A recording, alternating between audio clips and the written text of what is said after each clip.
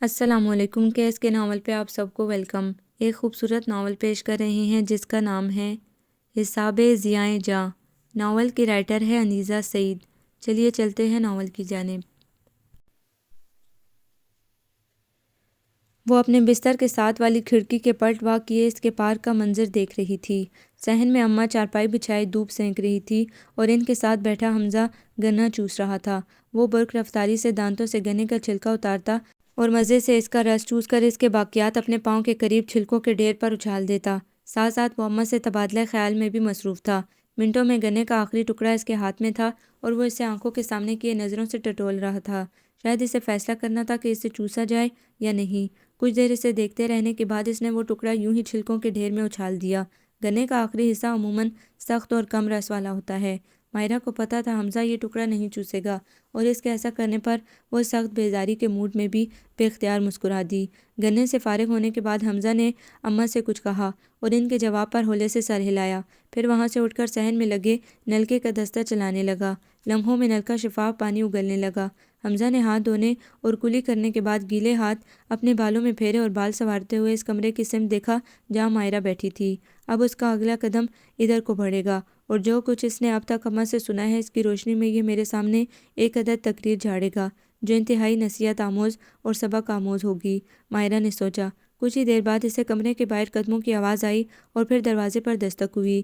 مائرہ نے بازو گھٹنوں کے گرد باندھ کر گردن کھڑکی کی طرف موڑ لی۔ حمزہ کمرے میں داخل ہو کر کچھ دیر ایسے دلچسپی سے دیکھتا رہا۔ میں سمجھا تم سو رہی ہو جب یہ جواب نہیں دیا دستک کا، اس نے کہا۔ تم پھر بھی اندر آ گئے، مائرہ نے بدستور باہر دیکھتے ہوئے جواب دیا۔ ہاں، وہ ہنسا اور کمرے میں موجود واحد کرسی پر بیٹھ گیا۔ اس لیے کہ تمہاری بے مروتی اور بے اعتنائی پر مجھے کوئی خاص خوش فہمی نہیں تھی۔ میرے ذہن میں دوسری سوچ یہ تھی کہ ہو سکتا ہے تم اپنی ان دونوں خوبیوں کی وجہ سے جواب نہ دے رہی ہو۔ حمزہ کے اس بیان پر مائرہ نے جز بز ہوتے ہوئے کھڑکی کا ایک پٹ زور سے بند کیا۔ دھیان سے حمزہ نے اس کی اس حرکت سے یقیناً حظ اٹھایا تھا۔ ٹوٹ بھی سکتا ہے تم سے مطلب؟ اب کہ مائرہ اس کی طرف دیکھ کر جیسے باقاعدہ میدان جنگ میں کودی۔ فکر نہ کرو، ٹوٹ بھی گیا تو تم سے نہیں کہیں گے ٹھیک کروا دو۔ میں تو خیر کیوں بنوا کے دوں گا اگر کہو بھی تو، وہ مزید محظوظ ہوتے ہوئے بولا۔ میں تو چچی جان کی پریشانی کے خیال سے کہہ رہا تھا۔ تم اماں کی فکر بھی مت کرو، تمہیں وہ بھی نہیں کہیں گی کہ کچھ غلط جو ہمارے گھر میں ہوا ہے اسے ٹھیک کر دو۔ مائرہ چیب عجیبی ہو کر بولی۔ او اچھا، وہ مائرہ کے لہجے کو محسوس کر کے سنجیدہ ہو گیا۔ اب وہ بھی کہہ دو جو اماں نے تمہیں کہنے کے لیے بھیجا ہے، مائرہ نے اسی جلنے بھنے انداز میں کہا۔ نہیں، مجھے کچھ نہیں کہنا تم سے۔ وہ اب بالکل سنجیدہ ہو گیا تھا۔ کیوں؟ مائرہ نے سوالیہ انداز میں اس کی طرف دیکھا۔ کیا اماں کا پڑھایا سبق بھول گئے ہو؟ نہیں، یہ بات نہیں ہے، وہ کرسی کی پشت سے ٹیک لگاتے ہوئے بولا۔ مجھے تم سے اس لیے کچھ نہیں کہنا کہ تم سے کچھ کہنے کا کوئی فائدہ نہیں ہے۔ مائرہ زیر لب مسکرائی۔ بالآخر اس نے حمزہ کو بھی زج کر دیا تھا۔ ویسے میں تمہارے اس رویے سے خاصا مایوس ہوا ہوں۔ حمزہ نے یہ بات بھی بہت سنجیدگی سے کہی تھی۔ اچھا ہوا تم کو جلدی پتہ چل گیا کہ مجھ سے بات کرنے یا بڑے بڑے الفاظ سے بھرپور تقریر کرنے کا کوئی فائدہ نہیں ہوگا۔ مائرہ اپنی ٹانگیں سیدھی کرتے ہوئے دیوار سے ٹیک لگا کر نیم دراز ہوئی۔ بددماغی اور بدتمیزی کے خول کے اندر چھپ کر، بے اعتنائی اور گستاخی کو ڈھال بنا کر، اگر تاریخ میں کبھی کسی نے کوئی کارنامہ سر انجام دیا ہو یا کوئی معرکہ جیت لیا ہو تو مجھے ضرور بتانا۔ وہ اپنی جگہ سے اٹھتے ہوئے بولا۔ اور اپنی مرضی کے خلاف خود پر مسلط کیے ہوئے کام کو اگر کبھی کسی نے تاریخ میں ڈھنگ سے سر انجام دے لیا ہو تو تم مجھے ضرور بتانا، مائرہ نے کہا۔ ہاں ضرور، حمزہ نے اس کی طرف دیکھ کر سر ہلایا اور کمرے سے باہر نکل گیا۔ مائرہ نے اسے جاتے دیکھتے ہوئے سر جھٹکا۔ چلا تھا مجھے سمجھانے۔ جو بات مجھ جیسی کم عقل ان پڑھ کی سمجھ میں آ گئی، اللہ جانے اس بچی کو سمجھ کیوں نہیں آتی۔ اسی شام مٹی کے چولہے پر بڑا سا دیگچہ چڑھائے مسالہ بھونتے ہوئے ماسی ہاجرہ نے خیال آرائی کی۔ تمہیں کیا سمجھ آیا ماسی؟ حمزہ نے چولہے کی آنکھ سیکھتے ہوئے دلچسپی سے پوچھا۔ سیدھی سی بات ہے، ماسی ہاجرہ نے پھونکنی میں پھونک مارتے ہوئے آگ کی لو کو بڑھانے کی کوشش کی اور پھر دھوئیں سے آنکھوں میں بھر آئے پانی کو چادر سے خشک کرتے ہوئے کہا۔ بیٹی پیڑ کی شاخ کی طرح لچک کھاتی ہی اچھی رہتی ہے، تنے کی طرح بے لچک سیدھی کھڑی بیٹی کی زندگی مشکل ہو جاتی ہے۔ واہ ماسی، حمزہ کے منہ سے بے اختیار الفاظ نکلے۔ تو بڑی اعلیٰ قسم کی فلسفی ہے، مجھے تو دانشور ہونا چاہیے تھا۔ تو کدھر بیٹھی ہانڈیاں بھون رہی ہے؟ میں کوئی بھی نہیں، ماسی نے بنتے سالن میں پانی کا چھینٹا مارتے ہوئے کہا۔ ذات کی نائن ہوں، ہانڈیاں پکانے اور روٹیاں لگانے کا کام ہے میرا۔ میں اپنے حصے کا کام کر رہی ہوں، مجھے اپنے کام کی الف بے ضرب جمع تقسیم سارے آتی ہے، اس سے زیادہ کچھ نہیں جانتی۔ لے ماسی، ابھی تو نے اتنا بھاری فلسفہ سنایا ہے لڑکیوں کے بارے میں۔ حمزہ نے چولہے میں رکھی سب سے بڑی لکڑی چولہے کے اندر مزید دھکیلتے ہوئے کہا۔ ہائے ہائے، نہ گھسا لکڑی کو اندر، آگ خراب ہوتی ہے۔ ماسی نے اس کا ہاتھ روکا۔ لو بتاؤ آپا جی۔ پھر وہ صحن کے اس کونے میں آتی چچی جان سے مخاطب ہوئی۔ کڑیوں چڑیوں کی کہانی کون سی نہیں ہے جو میں نے اس کو سنا دی؟ کڑیاں چڑیاں پیڑ کی شاخ کی طرح لچک کھاتی ہی بھلی لگتی ہیں، کیوں؟ اس نے تائید طلب نظروں سے چچی جان کی طرف دیکھا جو پاس دھری پیڑھی پر بیٹھ رہی تھی۔ ویسے مجھے یہ بھی خیال آتا ہے۔ پھر ماسی ہاجرہ ادھر ادھر دیکھنے کے بعد سرگوشی کے سے انداز میں بولی۔ کیا؟ حمزہ نے دیکھا چچی جان کے چہرے پر ابھی تک صبح والا دکھ کا احساس چھایا ہوا تھا۔ فاطمہ بی بی کا جن ادھر مائرہ پر بھی تو قبضہ جمانے کی کوشش نہیں کرنے لگا؟ کیا حماقت کی بات ہے ہاجرہ؟ چچی جان نے اسے ڈپٹا۔ کسی اور کے سامنے نہیں کر دینا یہ بات۔ لو میری غلط فہمی ماسی نے فوراً ختم کر دی۔ حمزہ نے ہنس کر چچی جان کی طرف دیکھا۔ میں کچھ دیر پہلے ماسی کو اعلیٰ پائی کی فلسفی قرار دے رہا تھا۔ جین والی بات کر کے اس نے ثابت کر دیا کہ یہ تو واقعی نائن ہے، ہانڈیاں بوننے اور روٹیاں لگانے والی نائن۔ تو میں نے اور کیا کہا ہے بچہ؟ ماسی نے بھونتے مسالے میں کٹے ہوئے آلو ڈالتے ہوئے کہا۔ میں اپنا کام جانتی ہوں، کتنے بندوں کے لیے کتنا کھانا، اس کھانے کے لیے کتنا سالن چاہیے، نمک مرچ ہلدی گھی مسالہ پیاز تھوم ادرک ٹماٹر۔ میری زندگی تو اس کے گرد چلتی ہے، میں نائن اس سے آگے کی باتیں کیا جانوں؟ حمزہ نے بے دہانی سے ماسی کی گفتگو سنتے ہوئے چچی جان کی نظروں کا تعاقب کیا جو بار بار مائرہ کے کمرے کی کھڑکی سے ٹکراتی تھی، اور ہر بار ان کے چہرے پر پریشانی کے آثار پہلے سے زیادہ ہوتے تھے۔ مسائل اور پریشانیاں تارے عنکبوت کی طرح میری زندگی کو جکڑے ہوئے ہیں۔ یہ عنکبوت مستقل ادھر ہی ٹھکانہ کر بیٹھا ہے، نہ ہٹائے ہٹتا ہے نہ گرائے گرتا ہے۔ انہوں نے حمزہ سے کہا۔ ہٹ جائے گا، آپ فکر نہیں کریں۔ حمزہ نے انہیں کمزور سی تسلی دینے کی کوشش کی۔ اسے اپنی بات کا قطعی یقین نہیں تھا۔ کاش میں ایک بچی ہوتی، ایسی ہر تسلی کو سچ مان لیتی۔ انہوں نے اپنے دونوں ہاتھ چہرے پر رکھتے ہوئے کہا۔ آپ اللہ پر بھروسہ رکھیں اور سب اس پر چھوڑ دیں، حمزہ نے کہا اور اٹھ کھڑا ہوا۔ شام کا اندھیرا پھیل رہا تھا، سورج مکمل تاریکی میں ڈوب چکا تھا۔ وہ صحن کے ایک طرف بنی سیڑھیاں چڑھ کر چھت پر آ گیا۔ لوگ اپنے اپنے کاموں سے فارغ ہو کر مخصوص راستوں پر چلتے ہوئے اپنے گھروں کو لوٹ رہے تھے۔ ایک اور دن کا اختتام ہو رہا تھا۔ ارد گرد کے گھروں کے صحنوں سے چولہوں میں جلتی آگ کی لو نظر آ رہی تھی۔ وہ بچپن سے اس موسم اور اس منظر سے مانوس تھا۔ اسے اس وقت بھی یہ منظر اچھا لگتا تھا جب وہ اپنے والدین اور بہن بھائیوں کے ساتھ اسی گھر میں رہتا تھا، اس وقت بھی جب وہ یہاں سے چلے جانے کے بعد چھٹیوں میں یہاں آتا تھا، اور اب بھی جب وہ پڑھ لکھ کر اپنے کام سے لگنے کی تگ و دو میں تھا اور اسے کبھی کبھار ہی یہاں آنے کا موقع ملتا تھا۔ وہ اس منظر کو دیکھتا اور اس میں ایک نادیدہ مانوسیت پاتا تھا۔ یہاں آ کر اسے ہمیشہ لگتا جیسے وہ اپنے فریم سے بچھڑا دوبارہ فریم میں جڑ گیا ہو۔ وہ خود کو اس ماحول سے متعلق اور اس فضول میں مقید محسوس کرتا تھا۔ اس نے ایک گہری سانس اس مانوس فضا میں لی اور اسی وقت اسے اسی گھر کے ایک کمرے میں موجود مسئلے کا خیال آیا۔ اس کے دل میں ایک عجیب سی دکھ کی چبھن اٹھنے لگی۔ کیسی عجیب ضد باندھ لی ہے تم نے؟ اس نے تصور میں آئے مائرہ کے چہرے کو مخاطب کیا۔ ایک نارمل انسان جتنا غور کیے بغیر اپنی ضد کے نتائج و عواقب پر۔ اسے محسوس ہوا جیسے اور بہت سی وجوہات کے علاوہ وہ مائرہ کے لیے بھی یہاں آتا تھا۔ اسے چچی جان کے نرم دھیمے پرسکون مزاج کی چھاؤں میں پرورش پائی ہوئی بے دھڑک ضدی منموجی بے پرواہ سرکش سی وہ لڑکی بہت عزیز تھی۔ وہ اس کے مزاج کی تیزی کے ہر مظاہرے کی دانستہ کاٹ کرتا اور اسی لیے بظاہر ان دونوں کی آپس میں بنتی نہیں تھی، مگر یہ صرف وہ جانتا تھا کہ وہ لڑکی اسے کتنی عزیز تھی، اور اس بات کا قلق کل سے اسے کھائے جا رہا تھا کہ اس کے دل کی یہ خوش فہمی کہ بظاہر وہ اس سے کتنا ہی لڑتی اور خار کھاتی تھی، دل میں وہ بھی اسے اتنا ہی عزیز جانتی تھی، خاک ہوئی۔ وہ کہتی ہے کہ اس نے نادر سے ہی شادی کرنی ہے، دنیا ادھر کی ادھر ہو جائے، وہ اپنی بات سے نہیں ہٹے گی۔ یہ خبر کل صبح ہی چچی جان نے اسے فون پر دی تھی تو وہ خوش فہمی کے زہم میں مسکرا دیا تھا۔ تم ہی آؤ، اس کو کچھ سمجھاؤ۔ چچی جان کہہ رہی تھی تم جانتے ہو اس کی ضد کیسی ہوتی ہے؟ ہاں جی میں جانتا ہوں، وہ رسان سے بولا۔ مٹھائی کی دکان پر سجی رنگ برنگی مٹھائی دیکھ کر للچا جانے والے بچے کی سی ضد۔ وہ دھیرے سے ہنسا تھا۔ ایسے بچے کو اس سے زیادہ للچانے والی چیز دکھا دو، وہ پہلی کو بھول کر اس کے لیے مچلنے لگے گا۔ ارے چچی جان آپ اسے جانتی ہیں، پھر بھی اتنی پریشان ہو رہی ہیں۔ تم سمجھ نہیں رہے ہو اس لیے اتنا آسان لے رہے ہو۔ چچی جان کی آواز میں آنسوں کی آمیزش تھی۔ اس کے تیور خطرناک ہے اور اس کی یہ ضد میرے لیے ڈوب مرنے کا مقام ہے۔ اچھا آپ پریشان نہ ہوں، میں آتا ہوں۔ حمزہ کو اس وقت بھی یہ خیال نہیں آیا تھا کہ مائرہ اس ضد کے پیچھے بھوک ہڑتال تک کیے بیٹھی ہوگی، کیونکہ وہ جتنی بھی ضدی تھی بھوک کی بہت کچی تھی۔ چچی جان کبھی کبھار اس کی بے جا ضد سے زچ ہو کر اسے کھانا دینا بند کر دیتی تھی اور مجاز پر وہ فوراً ہتھیار ڈال دیتی تھی، مگر یہ ضد ایسی سخت تھی جسے منوانے کے لیے وہ پیٹ کی دہائی تک کی بھی پرواہ نہیں کر رہی تھی۔ حمزہ نے یہاں آ کر گھر کی فضا پر چھائی سوگواری کو فوراً ہی محسوس کر لیا تھا۔ چچی جان کی آنکھیں سرخ اور بھاری ہو رہی تھی۔ اسے صورتحال کے کچھ سنجیدہ ہونے کے احساس تو ہوا تھا، مگر مائرہ کا گستاخانہ اور باغیانہ لہجہ جب تک اس نے خود محسوس نہیں کر لیا تھا، اسے صورتحال کی سنگینی کا یقین نہیں آیا تھا۔ سب کچھ دیکھ کر بھی مجھے علم ہے تم جلدی اپنی یہ احمقانہ ضد چھوڑ دو گی۔ اس نے ایک بار پھر تصور میں مائرہ کو مخاطب کیا اور سردی کی شدت زیادہ محسوس ہونے پر نیچے آ گیا۔ تم نادر کے متعلق شاید کچھ بھی ٹھیک طرح سے نہیں جانتی۔ اگلے دن جب وہ مائرہ سے ملا تو اس نے اسے احساس دلانے کی کوشش کرتے ہوئے کہا، یہ تمہاری غلط فہمی ہے، میں اسے اتنا جانتی ہوں جتنا شاید خود کو بھی نہیں جانتی۔ اس کے لہجے میں اپنی بات پر یقین بول رہا تھا۔ اوہ اچھا، حمزہ مسکرایا، پھر یہ بات یوں کر لیتے ہیں کہ تم شاید خود کو اتنا ٹھیک سے نہیں جانتی، اس لیے اپنے فیصلے کے نتائج پر غور نہیں کر پا رہی ہو۔ وہ تمسخرانہ انداز میں بولی، میں نادر کو جتنا جانتی ہوں اس سے بھی زیادہ جان لینا چاہتی ہوں، وہ بھی اس طرح کہ خود کو بھول جاؤں۔ حمزہ نے اس کی بات سنی اور اس کے کانوں سے جو سنا اس پر یقین کرنے کے لیے دھیان کسی اور طرف مبذول کرنا چاہا۔ اس کے سامنے صحن میں لگے موسمی پھولوں کے پودے تھے جن پر اڑتی ایک تتلی اپنے خوشنما پر پھیلائے ادھر سے ادھر حرکت کر رہی تھی۔ نہ وہ تمہاری قوم کا، نہ تمہاری برادری کا، ذات اس کی انجانی، تم کس حساب میں اس سے اتنا جان لینا چاہتی ہو کہ خود کو بھول جاؤ؟ چچی جان جو صبح سے خاموش بیٹھی تھیں بالآخر خاموش نہ رہتے ہوئے بولی، آپ کو تو ذات کا قوم کا مان لے ڈوبے گا۔ ماہرہ نے گستاخانہ لہجے میں کہا، کیا دیا آپ کو آج تک ان اونچی ذات والوں نے؟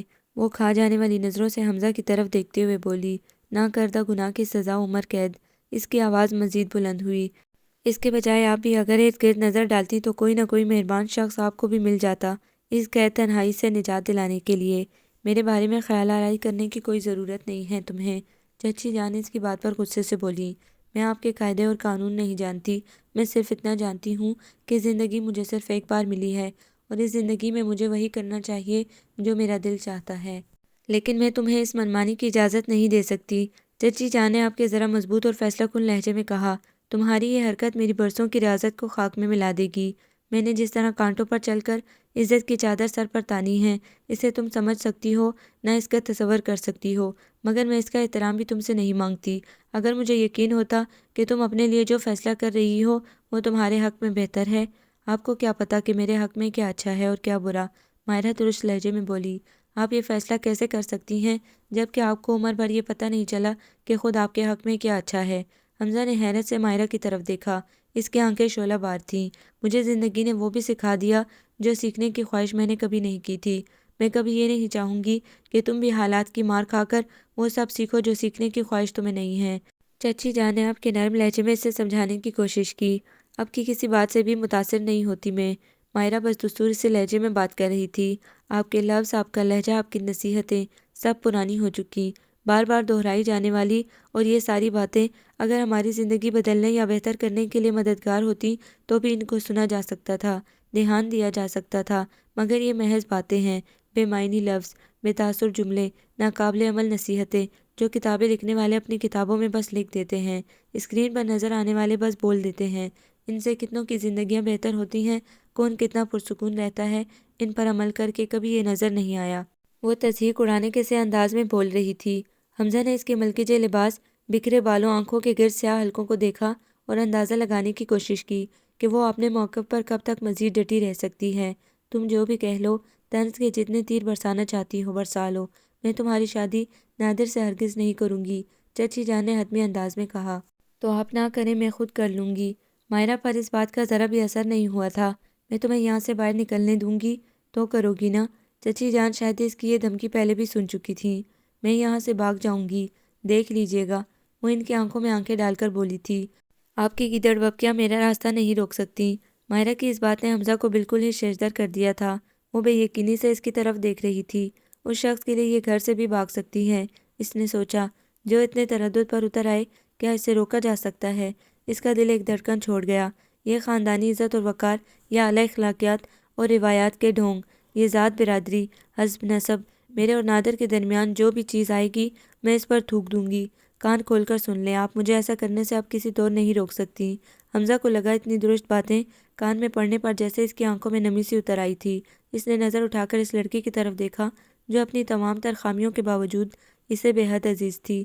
اس کا چہرہ حمزہ کی آنکھوں کی نمی کے سامنے جلملا رہا تھا۔ لو آج میں تم سے دستبردار ہوا، اس نے دل ہی دل میں اسے مخاطب کیا۔ پتہ نہیں کب اور کیوں تمہیں دل میں بسا بیٹھا تھا، شاید اس غلط فہمی میں کہ ہم ایک دوسرے کو بہت اچھی طرح جانتے ہیں، یا پھر شاید اس لیے کہ زندگی کی ہر چیز سے مختلف ہم اپنے نظریات پر کھلے دل سے تبادلہ خیال کر لیا کرتے تھے، اور اس وقت آپس میں لڑ لینے کے بعد غور کرنے پر پتہ چلتا تھا کہ ہمارے نظریات تو خاصے ملتے جلتے ہیں۔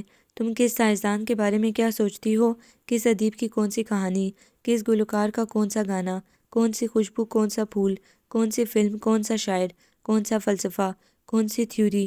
ڈھیر ساری بحث کے بعد ہم اپنے اپنے تئیں پوائنٹس اسکور کر کے خود کو فاتح قرار دیتے تھے، اور بعد میں پتہ چلتا تھا کہ نظریات تو ایک سے ہیں۔ اسی ذہنی ہم آہنگی نے تو میرے دل کو خوش فہم بنا رکھا تھا کہ تم بھی میرے بارے میں یوں ہی سوچتی ہو۔ اس نے نظر اٹھا کر ایک بار پھر مائرہ کو دیکھا۔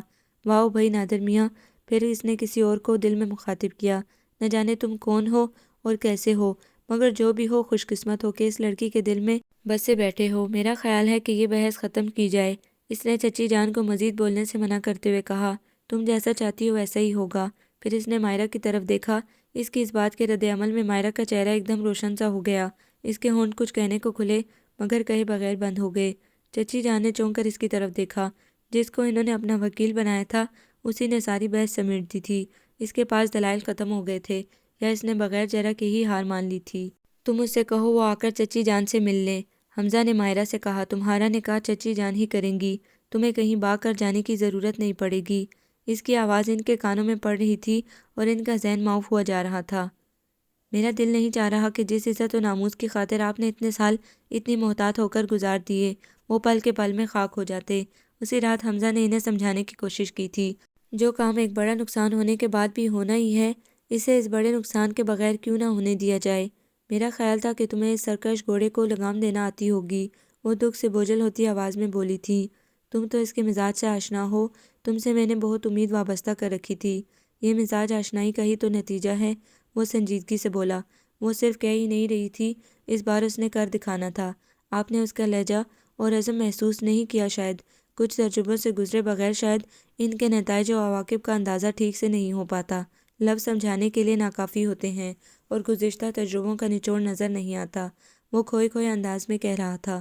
وہ پر یقین ہے کہ اس نے اپنے لیے بہترین انتخاب کیا ہے، اور اس جیسے لوگ جب پر یقین ہوں تو پھر انہیں سمجھانا فضول ثابت ہوتا ہے، مگر میں ایسا نہیں کر سکتی۔ وہ بے چین ہو کر بولی تھی۔ یہ کوئی من مرضی کا کھانا، لباس، مضمون، کالج، اسکول کا معاملہ نہیں ہے جو اس کی ضد پر اس کی مان لی جائے۔ وہ ذات اور قوم کی نیچ، ان کا پس منظر سرے سے غیر موجود، خیرات کھانے والے لوگ۔ انہوں نے رک کر حمزہ کی طرف دیکھا، ان کی آنکھیں متورم ہو رہی تھیں۔ میں کوئی بڑا بول نہیں بول رہی، حمزہ کے چہرے پر تذبذب کے آثار دیکھتے ہوئے وہ بولی، مگر یہ چیزیں معنی رکھتی ہیں، انہوں نے اپنی بات پر زور دیتے ہوئے کہا۔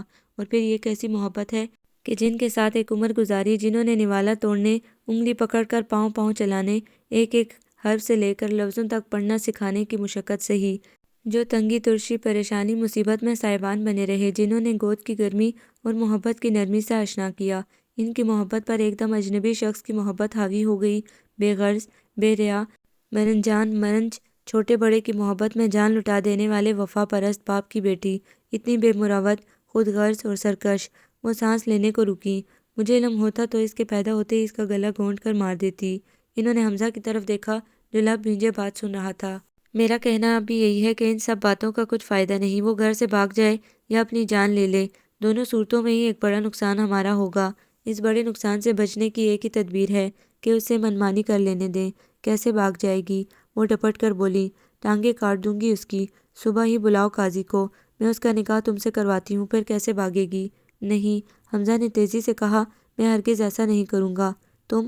وہ ششدر رہ گئی، جبکہ میرا خیال تھا وہ بے یقینی سے اس کی طرف دیکھ رہی تھی۔ خیال کیا ہے، غلط بھی ہو سکتا ہے، وہ اس سے آنکھیں چرا کر بولا۔ اگر آپ سمجھتی ہیں کہ میں اس سلسلے میں کچھ کر سکتا ہوں تو یقین جانیں وہ یہی ہے کہ مائرہ کا نکاح اس لڑکے سے کر کے خود اپنے ہاتھوں اس کو رخصت کر دیا جائے۔ کیا ایسا کرنے سے ہمارے خاندان کی عزت بچ جائے گی؟ برادری اور خاندان والے ہمیں بخش دیں گے؟ کیا کیا باتیں نہ بنائی جائیں گی؟ میری تربیت کو غلط اور میری ذات کو نشانہ بنانے والی کون سی زبان ہوگی جو خاموش رہے گی؟ اس کی آپ فکر نہ کریں، میں سنبھال لوں گا۔ حمزہ کو کچھ اندازہ نہیں تھا کہ اسے اپنی اس بات کا یقین تھا یا وہ محض چچی جان کی تسلی کو یہ بات کہہ رہا تھا۔ چچی جان اس گفتگو کے بعد بالکل خاموش ہو گئی تھی۔ مائرہ نے اپنی سہیلی مریم کے ذریعے نادر کو پیغام بھجوا دیا تھا کہ وہ آ کر گھر والوں سے مل لے۔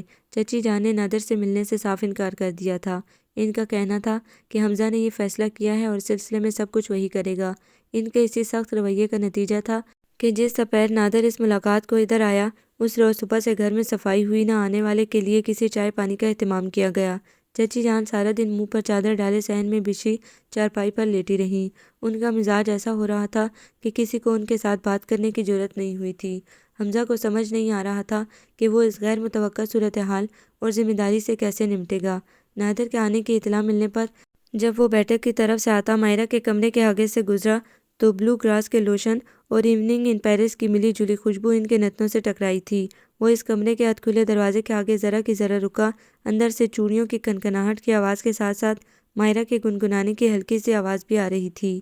اکھیوں کی جھروکوں سے میں نے دیکھا جو سامنے وہ گنگنا رہی تھی۔ اس کمرے کے سارے ماحول سے جیسے خوشی کی لہر اٹھ رہی تھی۔ حمزہ مزید رکے بغیر لمبے ڈگ برتا آگے نکل گیا۔ اسے لگا اس کا ذہن ٹھیک سے کام نہیں کر رہا تھا۔ اسی ماؤ ذہن سے اس نے بیٹھک کا باہر کھلنے والا دروازہ کھولا۔ اس کے سامنے 26-27 سالہ دراز کا شخص کھڑا تھا۔ اچھا تو تم ہو رکیب روسیہ۔ اسے اندر بٹھانے کے بعد اس کے سامنے بیٹھتے ہوئے اس ماؤ ذہن میں جو بات آئی اس پر حمزہ کا دل ہنسا تھا یا اس میں عجیب سی چبھن محسوس ہوئی تھی، یہ اسے اندازہ نہیں ہو سکا تھا۔ میں کپڑا ایکسپورٹ کرتا ہوں، رکیب روسیہ سے بتا رہا تھا۔ ہم ساتھ کے گاؤں کے رہنے والے ہیں۔ میرے والد شریف الدین صاحب چودھری مجید کے ڈیرے پر کام کرتے تھے، اب نہیں کرتے کیونکہ اب ہم سب بھائی اچھا کما رہے ہیں۔ نادر بتا رہا تھا، میرے کپڑے کی بڑی ملوں والوں کے ساتھ اچھے تعلقات ہیں، میں اسٹاک میں بھی خاصا مال رکھتا ہوں، سیزن آنے پر اچھی خاصی چاندی ہو جاتی ہے۔ حمزہ کا ماؤ ذہن بس سن رہا تھا۔ میری چھوٹی بہن آسمہ مائرہ کی کلاس فیلو ہے، میں آسمہ کو کالج چھوڑنے اور لینے جاتا ہوں۔ مائرہ سے وہیں ملاقات ہوئی۔ حمزہ کو نہ جانے کیوں لگا جیسے یہ بات سناتے ہوئے نادر کے چہرے پر ایک استہزائیہ سی مسکراہٹ تھی۔ اس کو میری ہائٹ اور میری مسکراہٹ نے بہت متاثر کیا۔ اب کہ وہ کھل کر مسکرایا تھا۔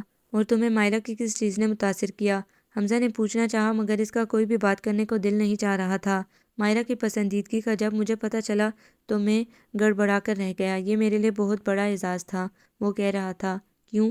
حمزہ کو یہ سوال کرتی اپنی آواز بھی کسی پادال سے آتی محسوس ہوئی تھی۔ اس خاندان کا علاقے میں بڑا نام ہے، جی اس لیے۔ اب کے نادر کا لہجہ عجیب مسکین سا ہو گیا۔ بی بی جی کے اسکول کے آگے سے گزرتے ہوئے دم مارنے کی مجال نہیں ہوتی تھی ہماری، اور جب تک چودھری وارث صاحب حیات تھے ہم ان کے مکانوں کو نظر اٹھا کر دیکھ بھی نہیں سکتے تھے۔ حمزہ نے اپنا سر جھکا لیا۔ میں نے مائرہ کو یہ بتایا تو وہ ہنس دی۔ وہ کچھ یاد کرتے ہوئے بتا رہا تھا۔ میں نے کہا مائرہ بی بی، میں شریف دیندار کا بیٹا ہوں۔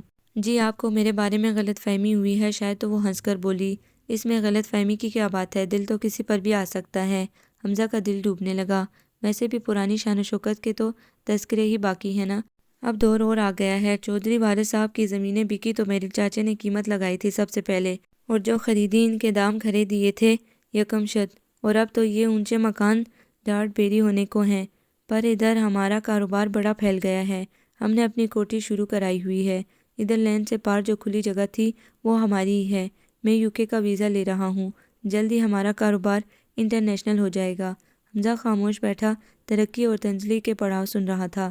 مجھے تو خوف تھا اور بے یقینی بھی، پر مائرہ کا حوصلہ بلند تھا۔ کہتی تھی تم میں کیا کمی ہے نادر، پڑھے لکھے تم ہو، اپنا کام کرتے ہو، خوب کماتے ہو، اور سب سے بڑھ کر اتنے وجیح ہو کہ میرا دل خود بخود تمہاری طرف کھنچتا ہے۔ حمزہ نے بے چینی کے عالم میں پہلو بدلا۔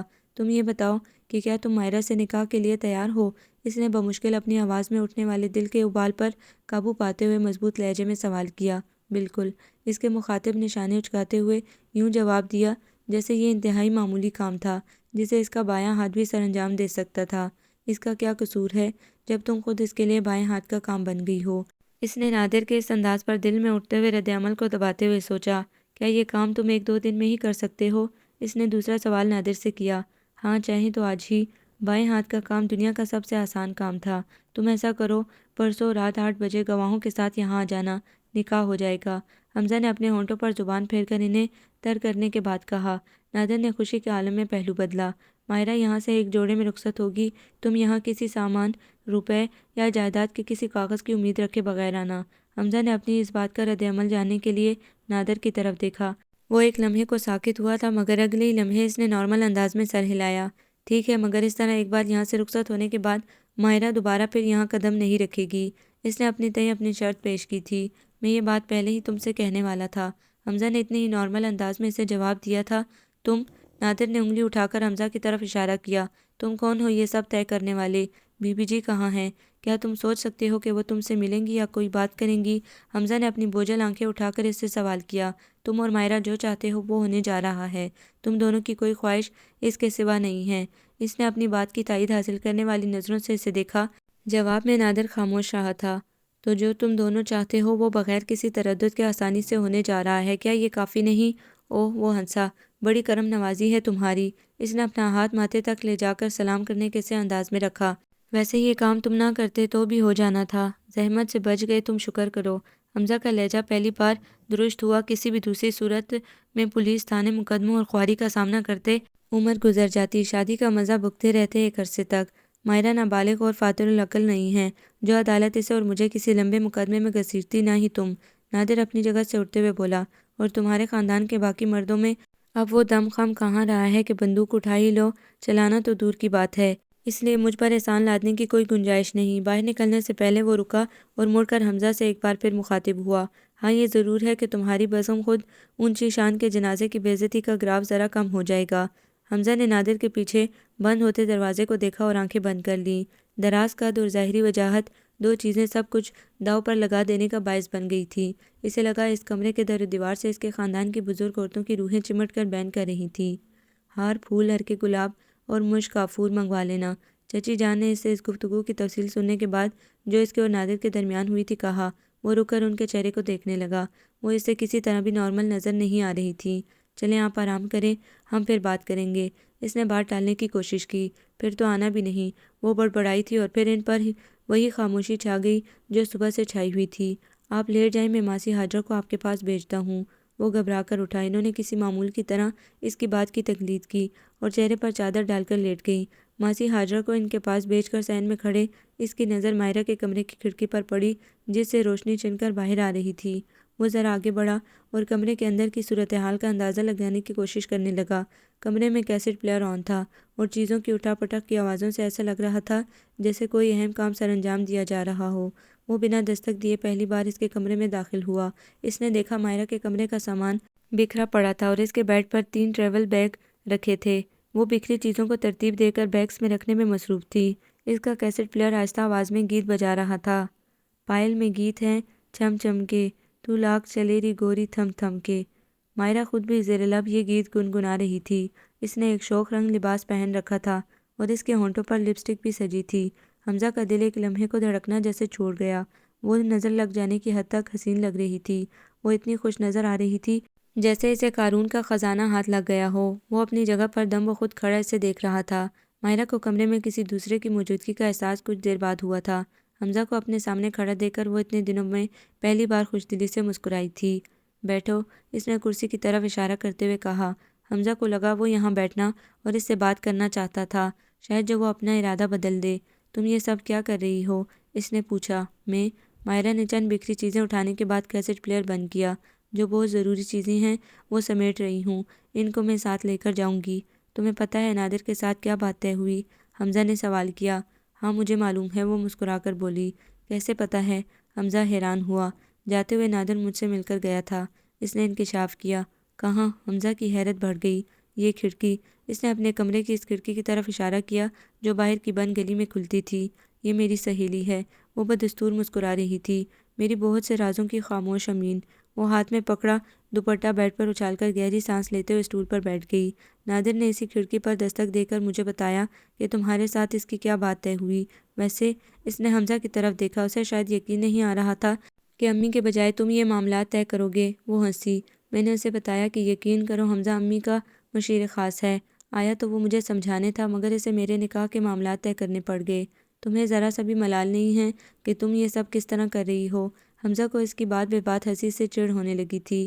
ملال والی اس میں کوئی بات ہے ہی نہیں، ایک جائز بات ہے، اس میں ملال کیسا؟ وہ بے نیازی سے بولی۔ ہاں تم نے اور امی نے اسے ایشو بنا دیا خواہ مخواہ، اور یہ جو… وہ ایک بار پھر ہنسی۔ تم لوگوں کا خیال ہے کہ مجھے اس بچی کچی جائیداد، روپے پیسے اور سامان سے محروم کرنے کی دھمکی دے کر میرا اور نادر کا راستہ روک لوگے؟ تو یہ وہم ہے تمہارا۔ اس نے ایک بار پھر حمزہ کی طرف دیکھا۔ مجھے تو خیر نام نہاد سہولتوں کی پرواہ بھی نہیں، نادر بھی اپنے کول کا کیسا پکا ہے، وہ مجھے بتا کر گیا ہے کہ تم سے اس کا کیا معاملہ طے ہوا، اور اس نے بالکل ٹھیک کہا، تم جیسے مادیت پرستوں سے تعلق رکھنے کی ضرورت بھی نہیں ہے ہمیں۔ میں شکر کرتی ہوں مجھے اخلاقیات، روایات، خاندان پرستی کی ان زنجیروں سے چھٹکارا ملنے والا ہے۔ مجھے ان لفظوں کے تمہارے ہونے پر حیرت ہو رہی ہے مائرہ، حمزہ نے درستی سے کہا۔ ہونی بھی چاہیے، وہ مسکرائی۔ میں تمہاری طرح چیزوں سے، لوگوں اور جگہوں سے وابستگی کی فینٹیسیز کا شکار جو نہیں۔ تم، اس نے انگلی سے حمزہ کی طرف اشارہ کیا، تم جو government high school for boys number 2 کی عمارت کے باہر چھٹی کے ٹائم موجود ریڑھیوں سے چیزیں لے کر کھانے کی فینٹیسیز میں ابھی تک گرفتار ہو، وہ جس کا نظارہ کرنے آپ بھی باقاعدگی سے ادھر جاتے ہو، تمہارے لیے خاندانی پس منظر، روایتی اقدار قسم کی چیزیں تو بہت بڑی فینٹیسی ہوں گی نا، اس لیے کہ تمہاری آئی کیو لیول یہاں ختم ہو جاتا ہے، تمہارا ویژن ادھر تک ہی محدود ہے، اس سے آگے تم سوچ ہی نہیں سکتے۔ اس سے آگے کیا ہے تم بتاؤ؟ حمزہ نے بے وجہ سوال کیا۔ اس سے آگے بہت کچھ ہے، انسان کی اپنی زندگی جو صرف ایک بار ملتی ہے اور ہر چیز سے اہم ہے، جو نہیں ہے تو یہ بڑے بڑے لفظ اور اونچی سوچ سب بیکار ہے۔ حمزہ نے کچھ سوچتے ہوئے کہا، تو پھر تو تمہیں تمہاری انسانی زندگی بہت مبارک ہو، جو ہے اور تمہارے فیصلے کے پورا ہونے کے بعد مزید ہوگی۔ ہاں، وہ خوش ہوتے ہوئے بولی۔ امی نے انہی روایات اور خاندان پرستی کی وجہ سے کم عمری کی بیوگی تا حیات قبول کی تھی نا؟ اس نے سوالیہ نظروں سے حمزہ کی طرف دیکھا۔ اب کیا ہے ان کے پاس؟ تھوڑی سی زمین، سر چھپانے کو یہ مخدوش حالت والی چھت اور ایک سرکش بیٹی۔ وہ ذرا دیر کو رکی۔ وہ ایک زندگی جو انہیں حاصل ہوئی تھی، جسے انہوں نے اس آن بان پر وار دیا، اس کی جمع تفریق کرو تو سارے کھاتے نقصان کے نکلیں گے۔ نہ کبھی برادری نے تحسین کے ڈونگے برسائے، نہ ضرورت پڑنے پر خاندان والے مدد کو آئے۔ اب باقی کی عمر اسی آن بان کا ڈھول پیٹنے کے سوا ان کے پاس کوئی آپشن نہیں۔ ڈھول تو خیر تم نے ان کا پھاڑ دیا، اب کیا پیٹیں گی وہ؟ حمزہ نے آہستہ آواز میں کہا۔ جواب میں وہ یوں بے نیاز ہوئی جیسے سنا ہی نہیں۔ اور ہاں، اس نے کچھ یاد آ جانے پر کہا، میں یہاں سے کچھ نہیں لے جا رہی مگر یہ، اس نے بکھری ہوئی چیزوں کی طرف اشارہ کیا، یہ سب میں نے اپنے لیے خود لیا، اس پاکٹ منی سے جو مجھے ملا کرتی تھی۔ ویسے بھی، اس نے شانے اچکائے، یہ یہاں کسی کے کیا کام آئیں گی؟ تمہیں پتہ ہے مائرہ کہ چچی جان کی حالت کیسی ہے اس وقت؟ حمزہ کو اس کے اس خود غرضانہ اور بے حس رویے پر اب شدید غصہ آنے لگا تھا۔ وہ اپنی اس حالت کی خود ذمہ دار ہیں۔ اس نے اسی بے نیازی سے جواب دیا، ہم دوسروں سے ان کی استطاعت سے بڑی توقعات کیوں لگائیں؟ اس نے سوالیہ نظروں سے حمزہ کو دیکھا۔ مجھے دیکھو، مجھے پتہ تھا کہ امی میری بات کبھی نہیں مانیں گی، اس لیے میں نے ان سے ایسی کوئی توقع نہیں لگائی تھی۔ شاباش مائرہ، تم ہم سب کی توقعات سے زیادہ عقل مند ثابت ہوئیں۔ حمزہ کی برداشت ختم ہونے لگی اور وہ اپنی جگہ سے اٹھ گیا۔ واقعی ہمیں دوسروں سے ان کے قد سے بڑی توقعات نہیں لگانی چاہیے۔ وہ تیز قدموں سے چلتا کمرے سے باہر نکل گیا۔ اس کے باہر نکلتے ہی کمرے سے دوبارہ کیسٹ پلیئر کی آواز آنے لگی۔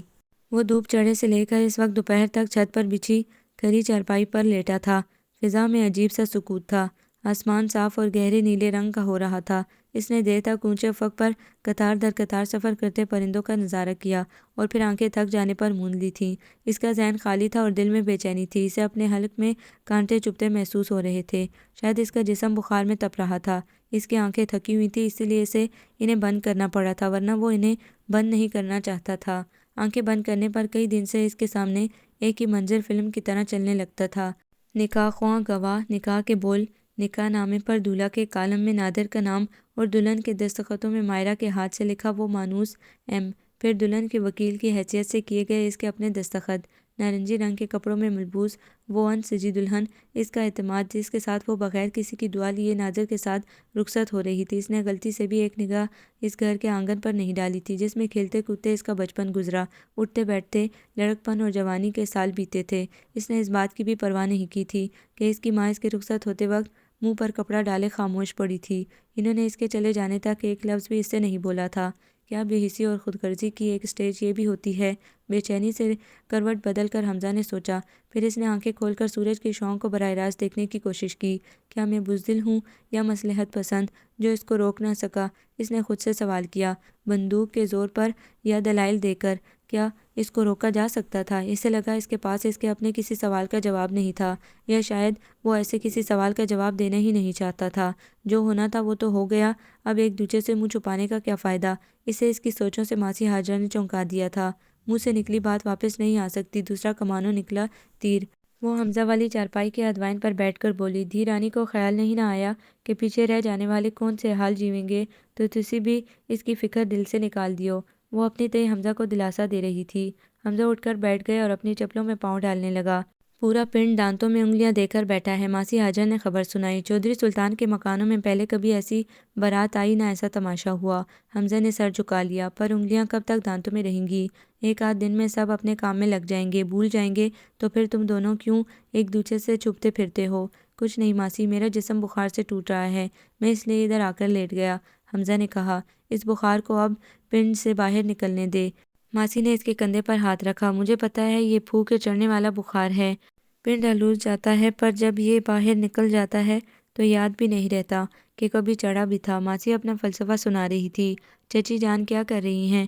حمزہ نے ماسی کی گفتگو کا موضوع بدلنا چاہا۔ میری ٹھنڈی میٹھی آپا کے دل کو بھی ضد کے بھانپڑ نے لوث دیا ہے، وہ تو چپ کی چپ ہی ہو گئی۔ ماسی نے کہا، ماسی مجھے سخت پیاس لگ رہی ہے۔ حمزہ نے حلق کو تھوک سے تر کرتے ہوئے کہا، نیچے آجا، کوئی روٹی پانی کرو تسی لوگ، مرنے والے کے ساتھ بھی بھلا کوئی مرتا ہے۔ ماسی نے تیزی سے اٹھتے ہوئے کہا، میں آج شام کی گاڑی سے واپس چلا جاؤں گا۔ ماسی تم چچی جان کا بہت خیال رکھنا۔ باورچی خانے کی پیڑھی پر بیٹھ کر ایک جگ پانی پینے کے بعد اس نے کہا تھا، اس کو اس حال میں اکیلا چھوڑ جائے گا؟ ماسی نے اس کی بات پر اپنا رد عمل ظاہر کرنا شروع کیا، جو خاصا طویل تھا۔ وہ بے دہانی سے سنتا رہا۔ اسے اسی کچن میں وہ چلتے پھرتے، کھانا کھاتے ہوئے، لڑتے جھگڑتے، مذاق کرتے نظر آتی تھی۔ اس نے سر کو جھٹک کر اپنی آنکھوں کے سامنے سے گزرنے والے منظروں کو ذہن سے جھٹکنا چاہا اور پھر اپنی بے بسی پر سر جھکا لیا۔ ٹرین کی کھڑکی سے باہر منظر بھاگ رہے تھے۔ وہ ان پر دانستہ نظریں ٹکائے بیٹھا تھا۔ یہ وہی منظر تھے جن کو ادھر کے اور واپسی کے سفر کے دوران وہ کئی سالوں سے دیکھ رہا تھا۔ اس سے پہلے یہاں آتے ہوئے اس پر سرخوشی کا عالم سوار ہوتا تھا اور واپسی پر چھوٹی چھوٹی ہنستی مسکراتی یادوں کا ایک خزانہ ساتھ ہوتا تھا۔ سنو، یہ فون اکثر ڈیڈ رہتا ہے، تم سے بات یا تو ہو نہیں پاتی ہوتی ہے تو کٹ جاتی ہے۔ اس بار آؤ تو شیزان سے کیک لے کر آنا، اور ہاں، فیض کی کوئی کتاب بھی۔ ارے گھاوڑ، تم سائنس کی بورنگ کتابیں پڑھنے والوں کو کیا پتہ فیض کو پڑھنے میں کیا مزہ آتا ہے۔ کتابوں کی دکان پر جا کر فیض احمد فیض کی کتاب مانگنا، پچھلی بار کی طرح فیض محمد کی کتابیں نہ پوچھنے بیٹھ جانا۔ کچھ عرصہ پہلے کی ایک فون کال پر سنی باتیں اسے یاد آئیں۔ تم صبیحہ بھابھی کے ساتھ جا کر فاروق والوں کے پرنٹ لانا میرے لیے لون کے۔ ستارہ کی لون اس دفعہ اچھی نہیں آئی۔ ہاں ہاں مہنگی ہے، مجھے پتہ ہے، فکر مت کرو، پورے پیسے دوں گی تمہیں، مفت میں نہیں دیتی۔ ایک اور فرمائش بھری گفتگو، پتہ نہیں تم کیسے پڑھتے ہو فزکس، اتنا بورنگ سبجیکٹ، اور پھر اس کو پڑھ کر تم زیادہ سے زیادہ کرو گی کیا؟ لیکچرشپ۔ اس کے علاوہ اس کا کیا اسکوپ ہے؟ زندگی کو گزارو تم، زندگی تمہیں گزارنے جا رہی ہے، خبردار ہوشیار۔ وہ لفظوں کی بازگشت سنتا سامنے نظریں ٹکائے بیٹھا تھا۔ سن کر کے ایک سنگریزہ پٹری سے اچھل کر اس کی آنکھ سے آ ٹکرایا اور اسے اپنی آنکھ میں چبھن محسوس ہونے لگی۔ انگریزی تمہیں آتی نہیں؟ کلاس ٹیسٹوں میں پٹاپٹ فیل ہوتی ہو، کیا فائدہ اتنے سارے ٹیسٹ پیپرز اور پچھلے سالوں کے پیپرز منگوانے کا؟ پیسے ضائع ہو رہے ہیں بس۔ تم اتنے خبیث ہو حمزہ، تمہاری کالی زبان کے لفظ مجھے ضرور فیل کروائیں گے۔ یا اللہ، میں دنیا کے کس کونے میں چلی جاؤں جو تم سے جان چھوٹ جائے۔ ایک روحانی زچ ہوتی آواز اس کے کانوں سے ٹکرائی۔ اس نے اپنی دکھتی آنکھ پر ہاتھ ملا، وہ نم ہو رہی تھی۔ تم دنیا کے جس کونے میں بھی اس وقت موجود ہو، یقیناً خوش ہوگی کہ مجھ سے تمہاری جان چھوٹ گئی۔ اس نے کھڑکی کا شیشہ بند کر دیا۔ وہ جب سے گاؤں سے واپس آیا ہے، چپ چپ ہے، کھویا کھویا، ویسا نہیں رہا جیسے پہلے تھا۔ انہوں نے کئی بار خود کو بتایا تھا، حمزہ سے پوچھتی تو وہ ٹال جاتا تھا۔ اس چپ کا عقدہ امین مزار کے آنے پر کھلا تھا، جو ساگ اور کینو کے تحفے دینے خاص طور ان کے پاس آیا تھا۔ انہوں نے امین کی بات سن کر اسے خبردار کیا تھا، فیصل اور اس کی بیوی سے نہ کرنا یہ بات، نہ ہی فضول چرچا کرنا ادھر ادھر۔ چرچا ہم نے کیا کرنا ہے بی بی جی، امین مزار ہنس کر بولا تھا۔ 7 پنڈوں تک آواز گئی ہے اس سن ہونے کی۔ آپا جی نے اسکول آنا بند کر دیا ہے، مس نگہت کو چارج دے دیا ہے اسکول والوں نے۔ لوگ باتیں کرنے سے نہیں مڑتے، آپا جی نے لوگوں سے منہ موڑ لیا ہے، اور جی سارا کام تو یہ باؤ حمزہ نپٹا کر آیا تھا، اس نے نہیں ذکر کیا آپ سے؟ امین نے مزید انکشاف کیا تھا۔ انہیں بغیر پوچھے ہی صورتحال کا اندازہ ہونے لگا تھا۔ امین تو اس خاندان کا وفادار ہے، میٹھی آپا کی عزت کا محافظ ہے، خیال کرنا اذیت میں ہے وہ۔ انہیں سمجھ نہیں آ رہا تھا وہ فوری طور پر کیا کریں۔ امین کے چلے جانے کے بعد وہ گہری سوچ میں دیر تک ڈوبی رہیں۔ بڑی عقلوں والا کام کیا تم نے۔ اس روز وہ عرصے بعد حمزہ سے ناراض لہجے میں بولی تھیں، وہ تو بے عقل ناسمجھ تھی۔ تیری عقل کو کیا ہوا جو تو نے میٹھی آپا کی بھی نہ سنی اور بزرگ بن کر نکاح کے بول پڑھانے بیٹھ گیا؟ ان کا بس نہیں چل رہا تھا کہ وہ ذہن میں آنے والی ساری بری بری باتیں اس سے سناتی چلی جائیں۔ میں آپ کو سمجھا نہیں پاؤں گا، جواب میں اس نے مختصراً کہا تھا۔ اتنا ہی منہ کو آئی ہوئی تھی تو اس کلموہے کو ایک دفعہ تو کھڑکانا تھا۔ انہوں نے اسٹینڈ پر رکھے ٹیلی فون سیٹ کی طرف اشارہ کیا۔ پنڈ کوئی سمندر پار تو نہیں تھا جو میں نہ پہنچ پاتی۔ آپ کے وہاں پہنچ جانے سے کیا فرق پڑتا؟ وہ نیچی آواز میں بولا۔ پتہ ہے، مجھے سارا پتہ ہے، وہ دانت پیس کر بولی، اپنا غصہ اس سے کوہ میں دھکا دے کر نکالا۔ تو نے؟ حمزہ نے چونک کر اپنی اماں کی طرف دیکھا۔ ہاں تو اور کیا، انہوں نے اس کی نظروں کی پرواہ نہ کرتے ہوئے کہا، یہ جان کر کہ اس نے تجھ پر دینداروں کے لڑکے کو ترجیح دے دی، تو نے اسے کچھ کہا نہ سمجھایا، بس ہاتھ سے پکڑ کر آگے کیا۔ لے مزہ چکھ اس کو چننے کا، دھوپ کا رخ دیکھ کر کسی کو پتہ نہیں چلتا سایہ کدھر کو چلے گا۔ تو بھی اتنا کاکا نہیں کہ تجھے پتہ نہیں اس نکاح کے بعد اس نے کیا جھیلنا ہے۔ نمی نمی لو پہ ساری حیاتی جلنا ہے، کچی کوئلے کی طرح سلگنا اور سیاہ ہو جانا ہے کہ تخت جڑی ملکہ بننا ہے۔ ماں جی، آپ نہیں سمجھتی، آپ کو اندازہ نہیں ہے کہ صورتحال کیا تھی۔ وہ ان کی باتوں سے گھبرا کر بول اٹھا تھا۔ اندازہ ہے مجھے، میں تجھے بھی جانتی ہوں اور اس نعمانی کی ضدوں کو بھی۔ تو اس سے وقت لینا، اسے بہلا پھسلا کر ادھر لے آتا، 4 دن دینداروں کے لڑکے سے مرد بن کر بات کرتا، پر تو نے تو میٹھی آپا کو بھی اپنے ساتھ چپ کرا دیا۔ وہ مسلسل اسے ملامت کیے جا رہی تھی، اوپر سے اس غریب کو اکیلا چھوڑ آیا ہے۔ تیری ادھر کون سی ملیں بند ہو گئی تھی تیرے نہ ہونے سے؟ انہوں نے اسے مزید کھرکا۔ صبح کاغذوں کی فائل لے کر نکلنا اور شام تک دفتر دفتر پھر کر نوکری ڈھونڈنے کے سوا کون سا ضروری کام تھا تیرا جو رک گیا تھا؟ حمزہ خاموش بیٹھا سنتا رہا۔ اس بیچاری کو لوگوں کی زبانوں کے فائر کے آگے اکیلا چھوڑ آیا ہے، وہ بولے جا رہی تھی۔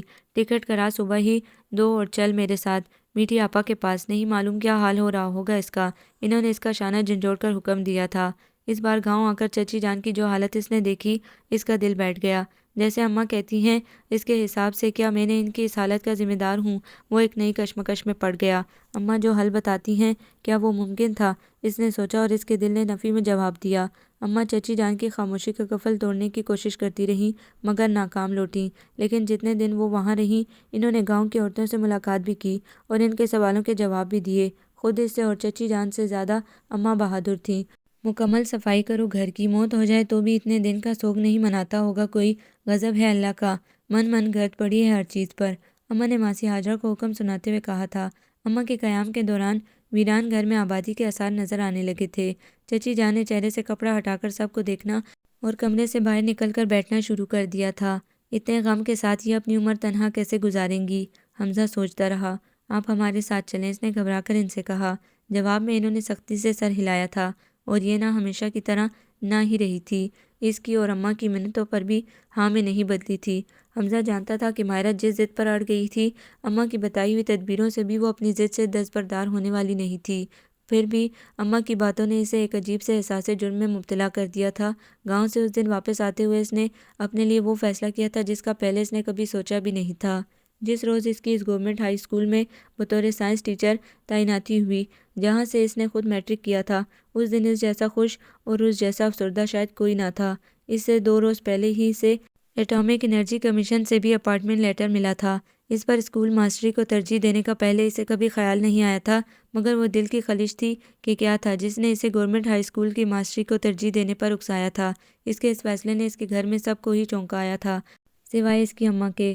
فیصل بھائی نے اسے احمق اور جذباتی قرار دیا تھا اور بہنوں نے سخت مایوسی کا اظہار کیا تھا، مگر اماں نے سنجیدگی سے سر ہلایا تھا۔ ٹھیک کیا ہے، بچے پڑھانے سے بڑا نیکی کا کام کوئی نہیں، تیری عاقبت بھی سنور جائے گی۔ اماں نے خود کبھی اسکول کی شکل نہیں دیکھی تھی، مگر اتنی حکمت کی باتیں نہ جانے کیسے کر لیتی تھیں۔ وہ اپنا مختصر سامان لیے اس ٹرین پر سفر کرتا گاؤں پہنچا تھا، اور یہاں پہنچ کر اس نے دیکھا تھا کہ چچی جان کے چہرے پر اس کی آمد کی نوعیت جان کر زندگی کی ایک ہلکی سی لہر دوڑ گئی تھی۔ بیٹھک کے ساتھ والا کمرہ حمزہ کے لیے تیار کرو، انہوں نے اشارے سے ماسی ہاجرہ کو کہا تھا۔ آپ بول سکتی ہیں تو بولتی کیوں نہیں؟ نہیں بولا جاتا تو پھر میں آپ کو کسی اچھے ڈاکٹر کے پاس لے جاؤں گا، حمزہ نے ان کو ابھی تک اشاروں کی زبان میں گفتگو کرتے دیکھ کر کہا تھا۔ نہ، انہوں نے انگلی کے اشارے سے جواب دیا تھا، اور یہ اسی طرح کی نہ تھی جس کے آگے شاید کوئی دلیل نہیں چلنی تھی۔ اس نے فی الحال اس موضوع پر بات کرنے سے گریز کرنا بہتر خیال کیا۔ گورنمنٹ ہائی اسکول کی ماسٹری کچھ زیادہ مشکل کام ثابت نہ ہوا۔ وہ اپنے ہی استادوں کے درمیان استاد بنا بیٹھا تھا اور اپنے شاگردوں میں جلد ہی ہر دل عزیز ثابت ہونے لگا تھا، کیونکہ وہ پڑھانے کے نت نئے طریقے متعارف کروا رہا تھا۔ ڈنڈے کے زور پر چلنے والے لڑکے جدید ایکٹیویٹیز کے ذریعے پڑھ رہے تھے اور انہیں اس کی کلاس کا انتظار رہتا تھا۔ اس کے استاد اس کو بچوں سے سختی برتنے کو کہتے اور وہ مسکرا دیتا۔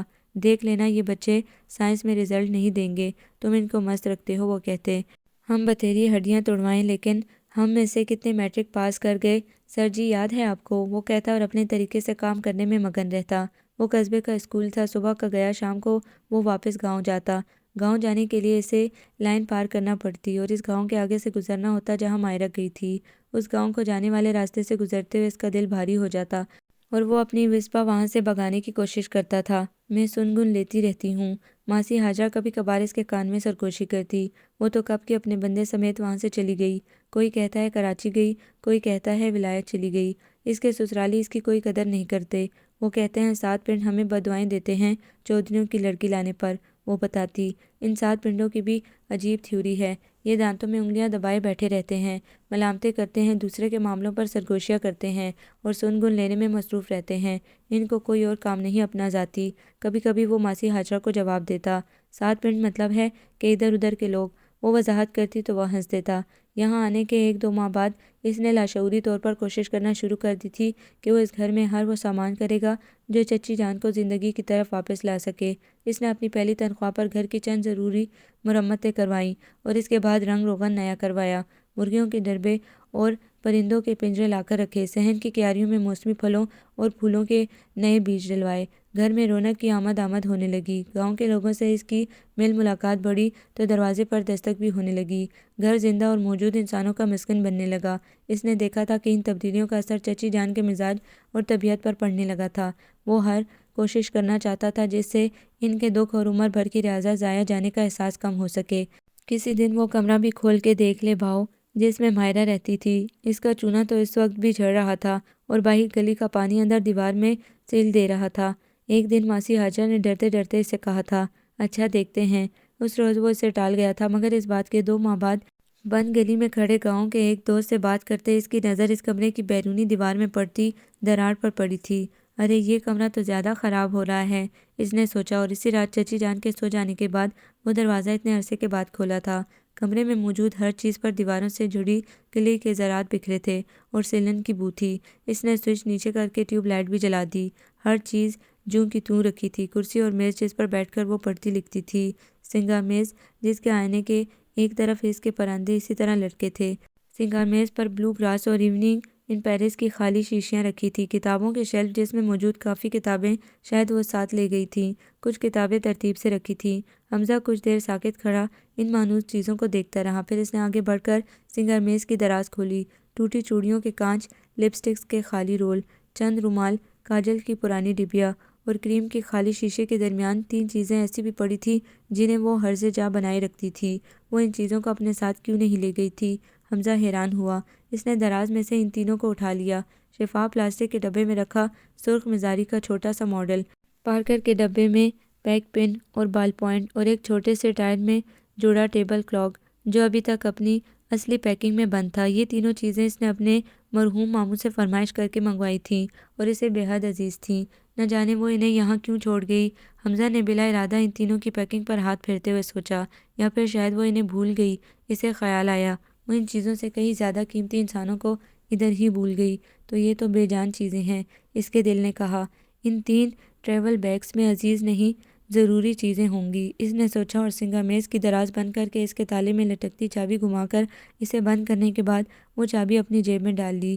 وہ کمرہ اس نے بہت خیال سے ٹھیک کرنے کے بعد دوبارہ بند کر دیا تھا۔ چچی جان اس کی یہ ساری مصروفیات خاموشی سے دیکھتی رہیں، مگر انہوں نے اسے منع کیا ناخوشی کا اظہار۔ اسے گاؤں آئے اور چچی جان کے ساتھ رہتے 7 مہینے گزر گئے۔ وہ گاؤں کے ماحول میں رچ بس گیا تھا۔ گاؤں کے لوگ استاد ہونے کی وجہ سے اس کی عزت کرتے تھے اور اس کے یہاں رہنے کی وجہ سے مائرہ کے سلسلے میں ہونے والی چمگوئیاں بھی بند ہو گئی تھیں۔ اس نے امین مزارے سے چچی جان کی بچ رہنے والی زمین کا ٹھیکہ طے کر دیا تھا۔ گھر میں چچی جان کے گزارے کے لیے آمدنی کا بندوبست ہو گیا تھا، باقی اخراجات خود اس نے اٹھا رکھے تھے۔ شام کو گاؤں کے کچھ دوستوں کے اصرار پر میٹرک کے لڑکوں کو ٹیوشن بھی پڑھا دیا کرتا تھا۔ رفتہ رفتہ اس کے دل کی خلش مٹنے لگی تھی اور ذہن سکون پذیر ہونے لگا تھا، مگر وہ ایک مختلف دن تھا جب چچی جان کے نہ سمجھ میں آنے والے اشاروں کی زبان کی مترجم ماسی حاجرہ نے اس سے کہا تھا کہ چچی جان چاہتی تھی وہ شادی کر لے۔ نہیں ماسی، شادی کا ابھی کوئی ارادہ نہیں ہے میرا، اس نے 2 ٹوک جواب دیا تھا۔ یہ میری خواہش ہے، جواب میں چچی جان نے اشارہ کیا تھا۔ ان کے اشارے میں ایسا اعتماد تھا جیسے انہیں یقین ہو حمزہ ان کی بات ٹال نہیں سکتا۔ تمہاری ماں جی سے بات ہوئی تھی؟ میٹھی آپا کی میرے ذریعے ٹیلی فون پر۔ ماسی حاجرہ نے بتایا، وہ کہتی تھی بسم اللہ کرو، جہاں دل چاہتا ہے بات پکی کر دو۔ مگر ایسے کیسے ہو سکتا ہے؟ وہ بدھ کا تھا۔ کیوں؟ اس میں کون سی غلط بات ہے؟ ماسی حاجرہ نے پوچھا۔ میرا ذہن میرا دل نہیں مانتا، بے اختیار لفظ اس کے منہ سے نکلے۔ اس نے گھبرا کر چچی جان کی طرف دیکھا جو اسے غور سے دیکھ رہی تھی۔ میرا مطلب ہے میں نے اس کے بارے میں ابھی سوچا بھی نہیں، وہ ہکلایا۔ میں جانتی ہوں کیوں نہیں سوچا، چچی جان کی آنکھیں اسے کہتی ہوئی محسوس ہوئیں، مگر اس طرح اکیلے زندگی نہیں گزرتی۔ ان کے اشارے کو ماسی حاجرہ نے ترجمہ کیا۔ وہ گھبرا کر وہاں سے اٹھ گیا۔ مجھے نہیں لگتا کہ میں کبھی شادی کر سکتا ہوں۔ چند دن بعد اماں کے فون پر ان کے بھی اسی اصرار کے جواب میں اس نے کہا تھا، اللہ کے فرمان کی نافرمانی ہے یہ تو۔ انہوں نے ایک اور نکتہ سجھا دیا، اکیلی ذات صرف اللہ پاک کی ہے، بندوں کے اس نے جوڑے پیدا کیے ہیں، اکیلا بندہ نہیں جچتا۔ وہ بولی، ٹھیک ہے، مگر میرا ذہن ابھی اس طرف سوچنے کو مائل نہیں ہوتا۔ اس نے لاجواب ہو کر کہا، ذہن کو اس طرف لا، میٹھی آپا کے گھر میں رونق ہو جائے گی، وہ رونق کو ترسی ہے، اس کے دل لگانے کا سامان کر۔ اماں دھیمے لہجے میں اس پر جذباتی وار کر رہی تھی۔ کس سے کروں شادی؟ اس نے پوچھا۔ بتائیں، کوئی ہے آپ کی نظر میں؟ انسان نیت کر لے تو سبب ہزار بن جاتے ہیں، تو نیت تو کر۔ انہوں نے رسان سے جواب دیا۔ وہ خاموش ہو گیا۔ میٹھی آپا نے چودھری ذوالفقار کی لڑکی کی طرف اشارہ کیا تھا آج۔ اس کی چند ہی دن بعد ماسی حاجرہ نے خوشی سے لڑکھڑاتی آواز میں اسے بتایا۔ وہ کون ہے چودھری ذوالفقار؟ حمزہ نے نظر اٹھا کر ماسی کی طرف دیکھا۔ وہ ہی نویں پنڈ والا چودھری، کلثوم کا ماما۔ ماسی نے جو تعارف کروایا وہ حمزہ کے لیے اجنبی تھا۔ اسی کی بیٹی ہے آمنہ، بڑی سونی اور بڑی عقلوں والی۔ ماسی نے کچھ دیر اس کے جواب کا انتظار کرنے کے بعد کہا، اچھا پھر؟ اس نے سوچا، وہ بچی میٹھی آپا کو بہت پسند آئی ہے، اپنی ماں کے ساتھ آئی تھی ادھر ملنے۔ ماسی حاجرہ نے اس کو تھوڑا سا بھی تجسس ظاہر نہ کرتے دیکھ کر ذرا تھم کے بتایا، سونے اور عقلوں والے لوگوں کو اپنے جیسے ساتھی سجتے ہیں۔ ماسی مجھ میں تو یہ دونوں ہی خوبیاں نہیں ہیں۔ حمزہ نے سامنے دیکھتے ہوئے کہا، تجھ میں کیا کمی ہے باؤ؟ وہ تو بسم اللہ کر کے رشتہ دیں گے۔ ماسی نے جڑ جواب دیا، جب دینداروں کے لڑکے کے ساتھ چودھریوں کی لڑکی بس سکتی ہے تو سب راضی خوشی رہ سکتے ہیں۔ ماسی نے اپنا فلسفہ پیش کیا، بس بھی گئی، رج بھی گئی۔ حمزہ کا دل چاہا کہے، ایسے کہ پلٹ کر دیکھنے کی فرصت نہیں۔ اس کے دل میں عجیب سا بوجھل پن اتر آیا۔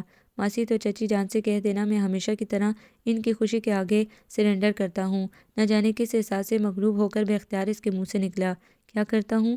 ماسی نے کچھ نہ سمجھتے ہوئے کہا، مطلب میں ان کی خوشی میں راضی ہوں۔ اس نے وضاحت کی اور ماسی چشم زدن میں وہاں سے بگڈٹ ہوئی۔ ماسی کے دل کی خوشی کا عالم وہ اس کے چہرے پر دیکھ سکتا تھا۔ اس نے نظریں گلاب کی اس بھاڑ پر ٹکا لی جو صحن کی بیرونی دیوار کے ساتھ ساتھ کھڑی تھی۔ کیا تم کبھی جان پاؤ گی کہ تمہارے چلے جانے کے احساس نے میری زندگی اور میرے دل میں کیا کیا وارداتیں کی ہیں، کیسا کیسا رخ بدلا ہے میرے مزاج کا؟ اس نے ماہرہ کے کمرے کے صحن میں کھلنے والی کھڑکی کی طرف دیکھتے ہوئے سوچا، میں نے ہمیشہ کوشش کی کہ کچھ ایسا کروں جو تمہارے چہرے پر مسکراہٹ بکھیر دے، مگر تمہارے چہرے پر بکھری مسکراہٹ دیکھنا میرے نصیب میں نہ تھا، یہ کسی اور کا مقسوم تھا۔ مگر یہ جو اب میں کر رہا ہوں میری سمجھ میں نہیں آتا کہ یہ کیا ہے۔ پھر اس نے سوچا، دل بہلائے رکھنے کا بہانہ، چچی جان کی محبت، یا پھر؟ وہ سوچتے سوچتے رک گیا اور اپنا دھیان آسمان پر اڑتی پتنگوں کی طرف کر لیا۔ پھر وہ آبائی مکان رنگ برنگ برقی کمکموں سے منور ہوا، ہار پھول خوشبوؤں سے بھی سجا۔ گاتی بجاتی بارات لے کر وہ چودھری ذوالفقار کی بیٹی رخصت کروانے پہنچا اور اسی آبائی مکان میں اس کے کمرے میں خوشبوؤں سے مہکتی رنگوں میں بسی دلہن کا اضافہ ہو گیا۔ ایک قطعی اجنبی انسان سے عمر بھر کا تعلق بن گیا۔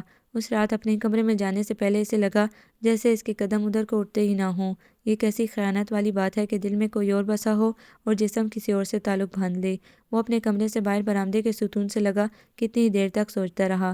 اس کے سامنے در و دیوار سے لپٹے برقی کمکمے روشنیاں بکھیر رہے تھے۔ برقی بورڈ پر بنی چرخہ کاتی عورت پر جڑے ننھے ننھے کمکمے جل بجھ رہے تھے، پل میں وہ روشن ہوتی پل میں غائب۔ وہ غائب دماغی کی کیفیت میں اس روشنی کی بڑیا کو دیکھتا رہا۔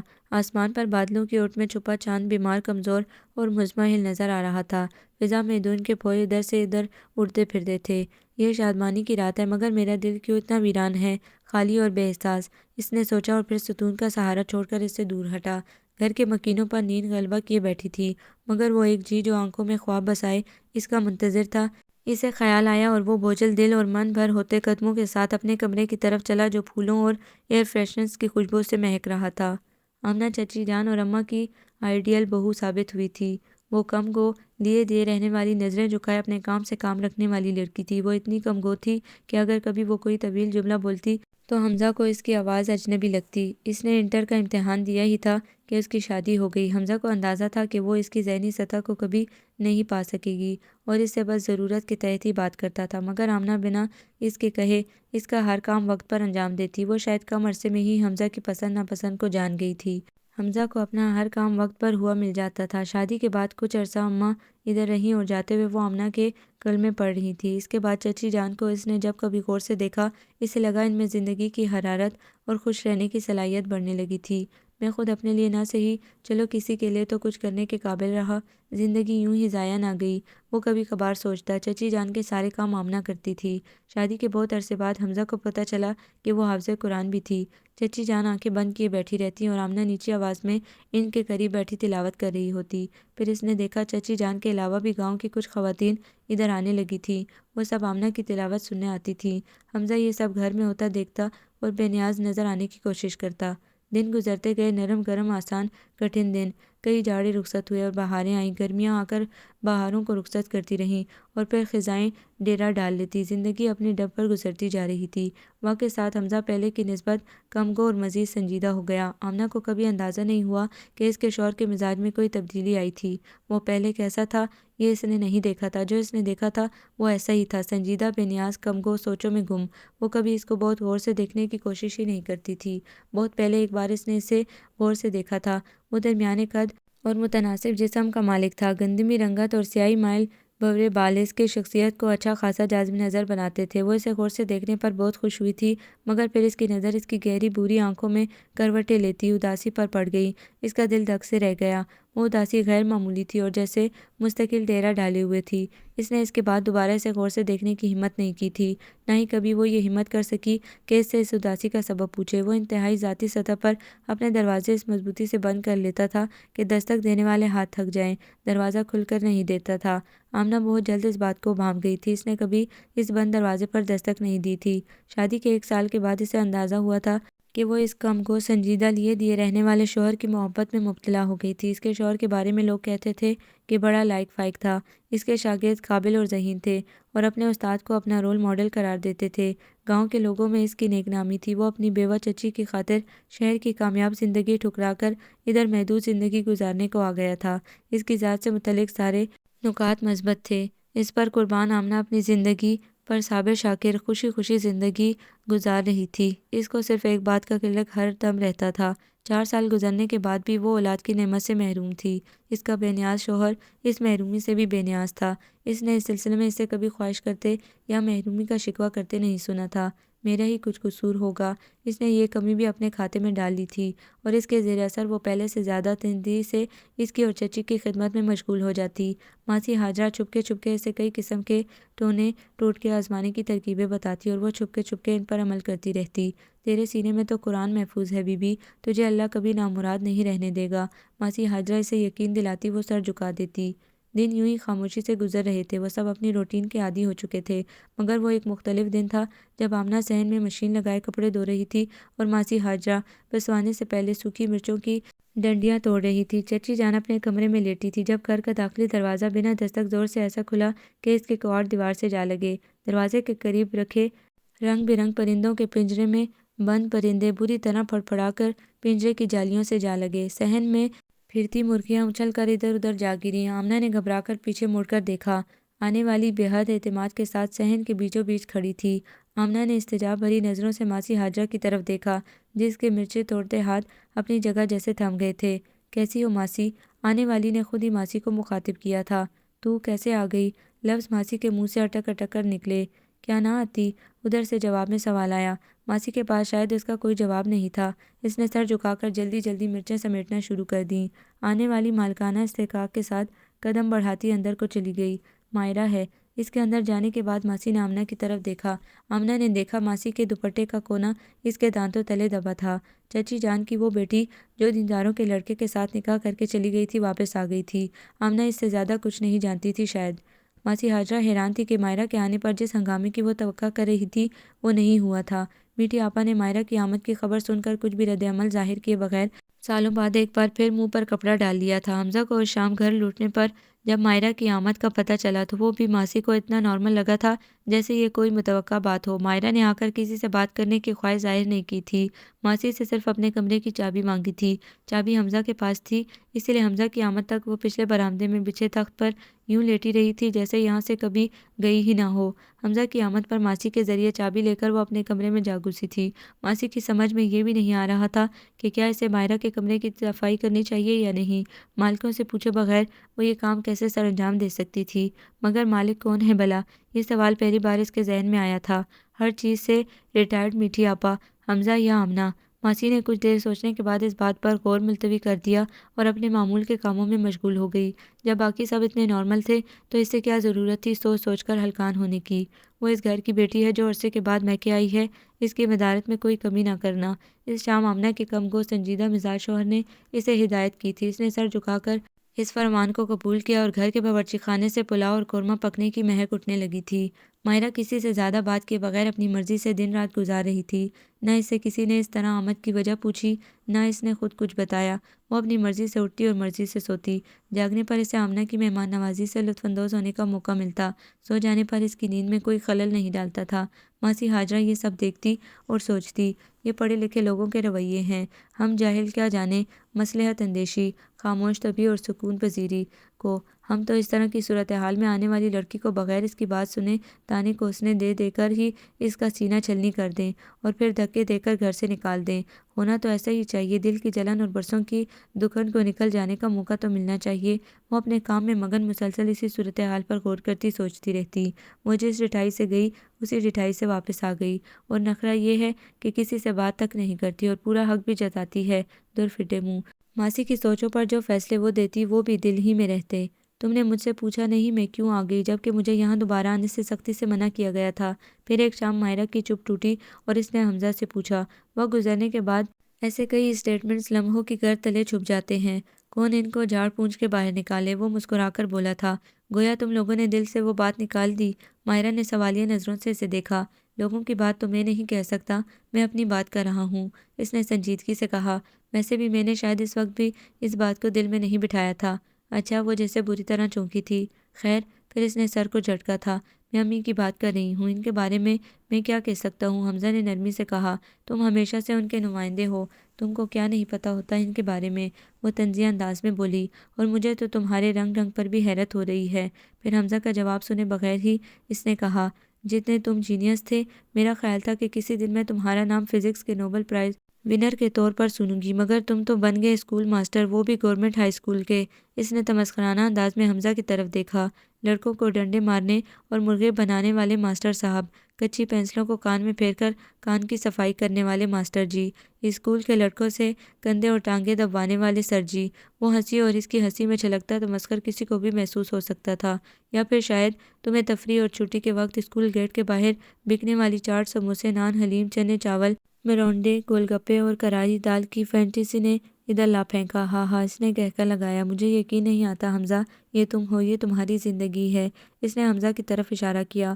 مسلسل شلوار قمیض پہننے والے، پاؤں میں کھڑیاں پہن کر پھرنے والے، مرغیوں، بطخوں، پرندوں کے دانے تنکے کا حساب کتاب رکھنے والے، بھینسوں، گایوں اور بکریوں کی لوک آفٹری کرنے والے، کس کا جال گر گیا، کس کو منہ گھر کی بیماری لگ گئی، فصلوں پر امریکن اور گلابی سنڈی سے بچاؤ کے اسپرے کروانے والے، پانی کی باری کے انتظار میں راتیں جاگنے والے، اور تم نے شادی بھی کی تو کس سے؟ اس نے باہر صحن کی طرف اشارہ کیا۔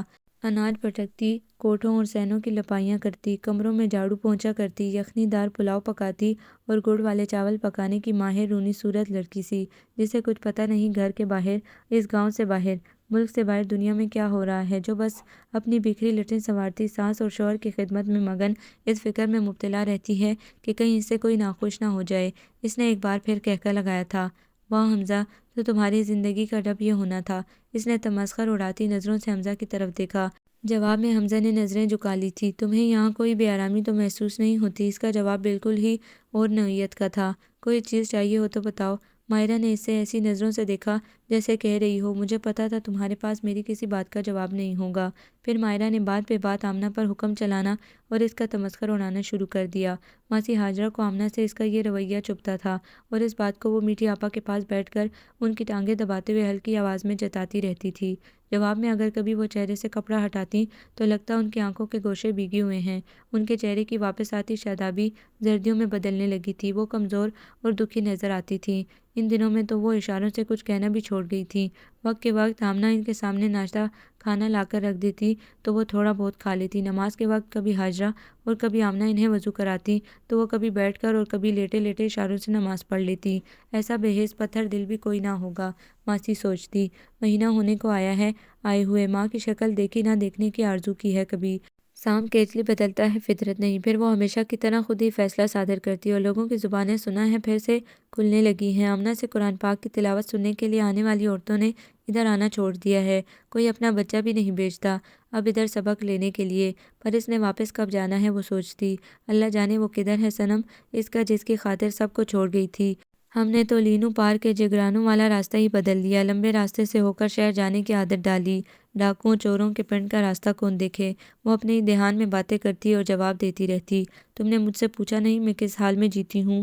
پھر ایک روز جب حمزہ اتوار کی چھٹی پر گھر میں تھا، مائرہ نے اس سے کہا، یقیناً اچھے حال میں جیتی ہوگی، اس لیے نہیں پوچھا۔ وہ رسان سے بولا، دراصل میں زدہ کا خوشگمان ہوں۔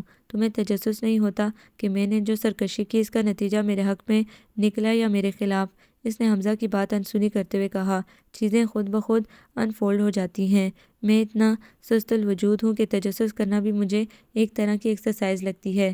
تم واقعی اتنے بے نیاز ہو یا بس نظر آنے کی کوشش کرتے ہو؟ وہ چڑھ کر بولی، میں نے بتایا نا کہ میں اتنا قائل ہوں کہ کچھ نظر آنے کی کوشش کرنا بھی میرے بس کی بات نہیں۔ وہ ہلکا سا مسکرایا۔ ہیل وتھ، مائرہ نے غصے سے پاؤں مار کر سامنے رکھی تپائی گھسکائی، تم سب مینٹل ہو چکے ہو، ایک دم پاگل۔ ہاں یہ کمپلیمنٹ بالکل ٹھیک ہے، کم از کم میرے لیے۔ تم جیسے دیوانوں کی طرح میری ہر بات سے متفق رہتے تھے، میرا خیال تھا آج بھی ویسے ہی ہوگے۔ اس نے دانت پیس کر کہا، میں 3 سال بعد انگلینڈ سے واپس آئی ہوں۔ اس نے پہلی بار اپنے بارے میں بات کی، اور میں اس گھر کا رخ کبھی نہ کرتی اگر میں یہ نہ سنتی کہ اب تم اس گھر کے کرتا دھرتا ہو۔ تم جانتے ہو کہ میں یہاں صرف تمہارے لیے آئی ہوں۔ اس نے انکشاف کیا، مگر تم؟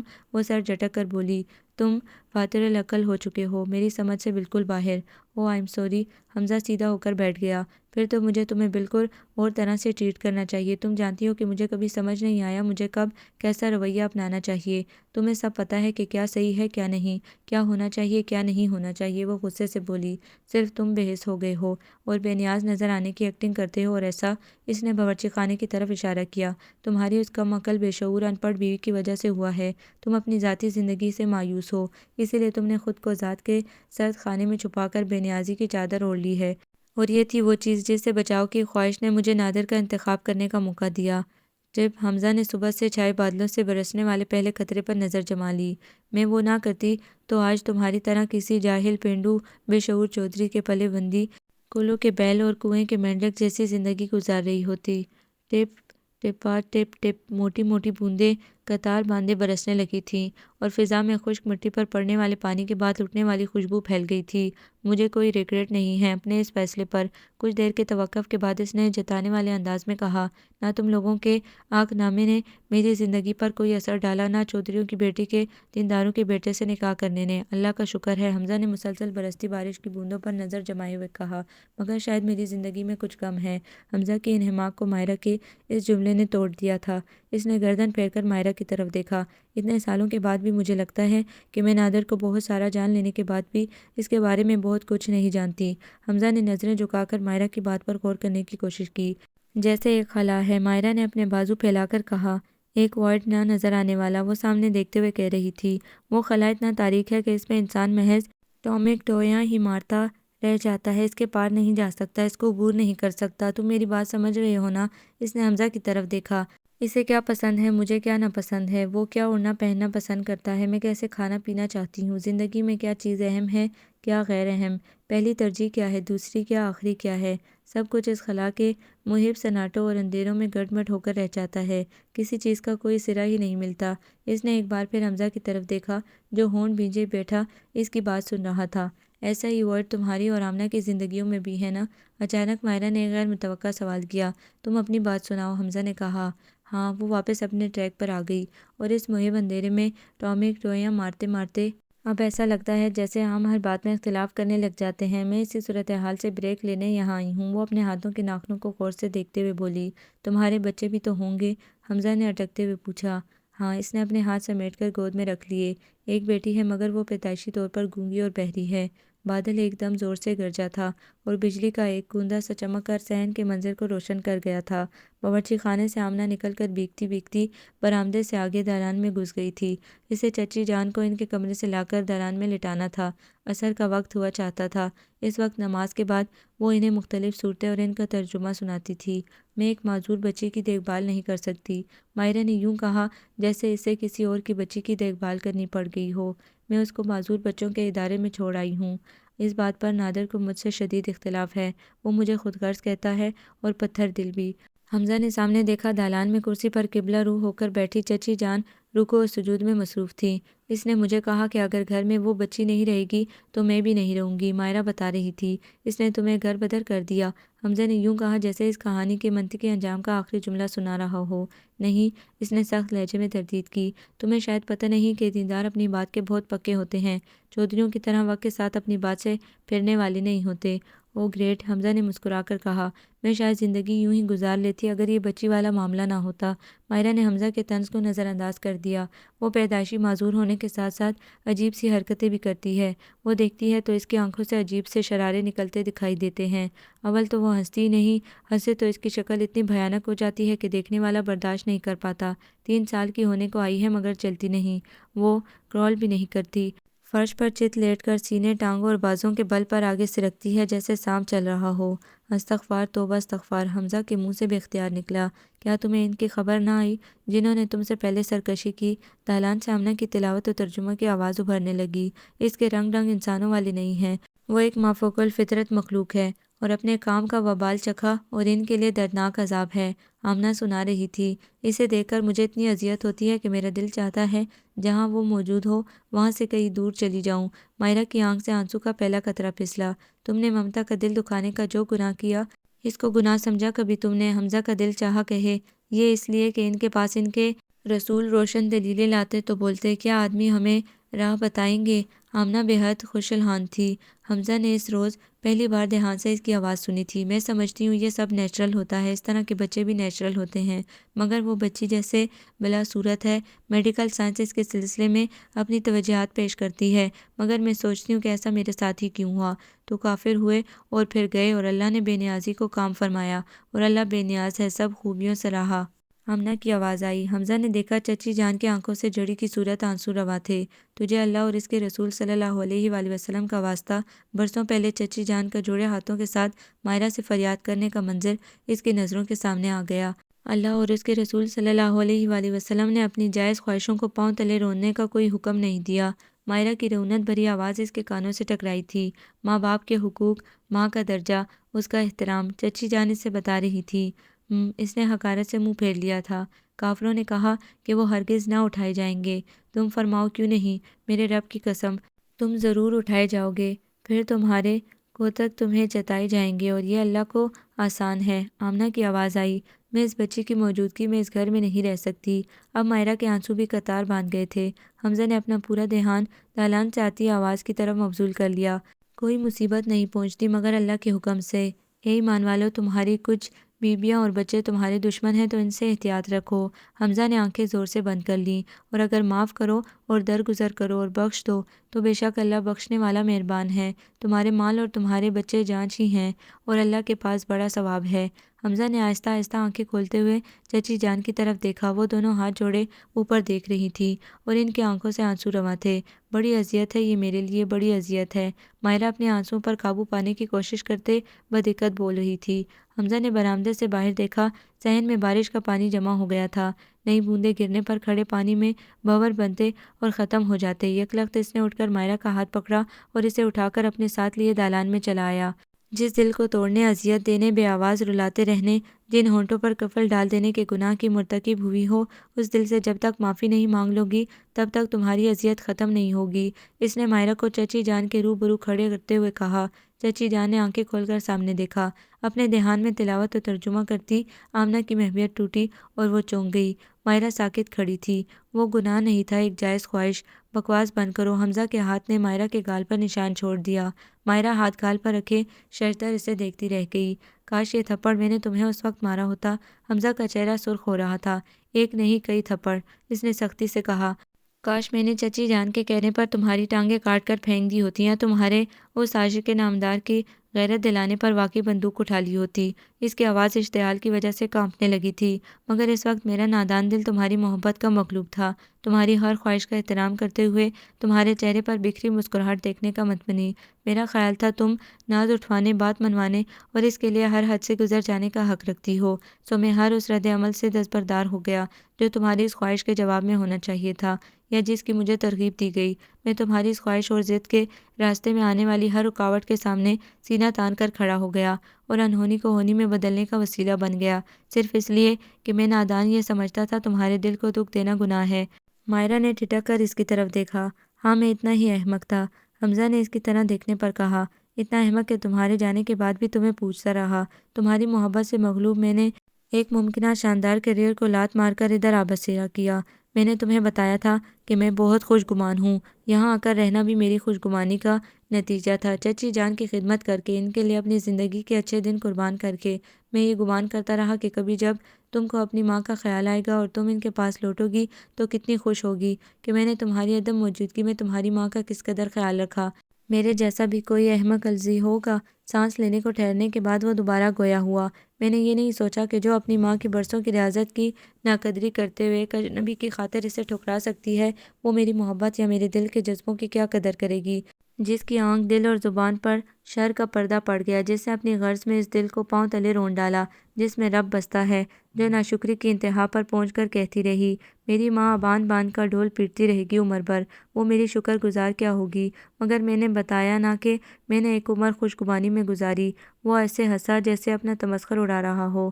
میں ابھی بھی خوش گمان تھا۔ پھر اس نے انکشاف کیا، تمہاری واپسی پر کوئی رد عمل ظاہر نہیں کیا، تمہارا مان بڑھانے کو تمہاری خاطروں خدمتوں میں مصروف ہوا۔ کچھ تو اپنی محبت سے مغلوب ہو کر کہ اتنے برس گزر جانے کے بعد بھی تمہارا خیال میرے دل میں سینٹرل پوزیشن سنبھالے بیٹھا تھا۔ کہتے کہتے اس کی نظر آمنہ پر پڑی، جس کا سر یہ بات سن کر مزید جھک گیا تھا۔ اب بھی میں تمہارے چہرے پر مسکراہٹ بکھیرنے کا متمنی تھا، اسی لیے میں نے تم سے کوئی سوال جواب کیا، نہ تمہارے کسی سوال کا جواب دیا۔ مگر افسوس ہے مائرہ، تم نے آج کی گفتگو کے دوران میرے عمر بھر کے التباس فل بھر میں ملیا میٹ کر دیے۔ میں نے تم سے سوال کیا کہ تمہارے بچے بھی تو ہوں گے۔